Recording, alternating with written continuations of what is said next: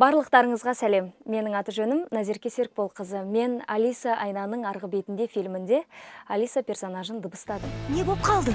Қалпақшы. Қалпақшы менің досым. Көмек қажет болса аянбаймын. Уақытпен тайталасқа түсесің. Бұл фильм өте қызықты және фантастикаға құрылған.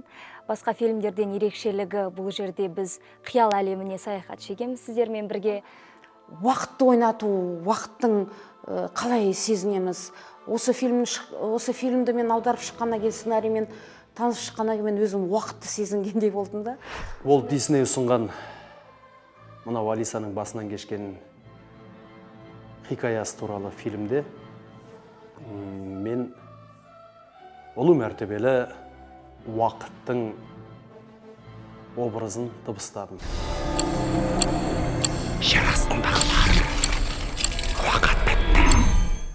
Өзімнің кейіпкерімнің бір сөзі бар, Алисаға айтады. Сен уақыттан ешқайда қашып құтыла алмайсың. Уақыттан қашып кетем деп ойлама.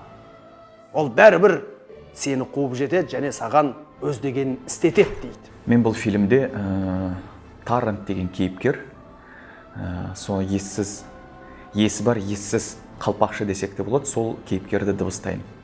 Бұл өте қиын кейіпкер, қиын болғанымен өте қызықты.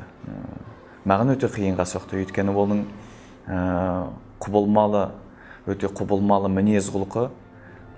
Кейде бір қайдағы жоқты ойларды айтады, кейде ойсыз сөздерді айтады, кейде ойы бар сөздерді бірақ өте жеңіл айтады. Жеңіл айтқанның, бірақ астарында бір өте терең мәндер бар.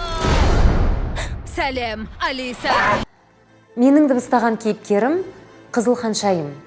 Есімі Ирацибетті. Ах, Алиса, үнемі мазасызсың өзімшіл. Қас күнем неме?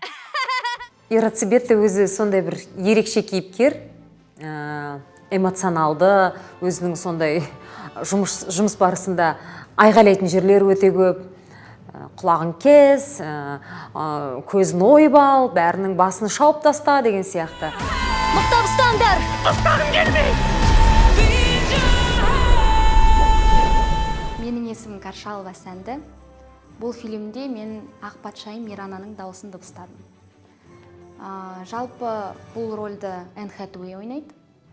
Сондай қиялы, өзінің бөлек әлемінде ұшып қонып жүретін сондай образ, сондай персонаж. Дауысында өте бір жеңілдік болу керек болды. Сонымен дыбыстаған кезде бір қызық дыбыстарды қосып, образды көбірек ашуға тырыстым. Өз басыма бұл персонажды дыбыстаған оңайға түскен жоқ. Себебі фильм фантастикалық болғандықтан, ол жерде өте көп эмоциялар. Алисаның әрбір бастан қадамы жаңа бір шиеленіскен оқиға, жаңа бір жаңалықтар десек те болады. Сондықтан өте эмоциональды роль. Мен оның барлығын қазақ тілінде дәл сол эмоцияларды дәл солай жеткізуге тырыстым. Біз көрермендердің көңілінен шықсын деп осындай бір үлкен нәрсе жасадық. Сіздерге осыны ұсынамыз.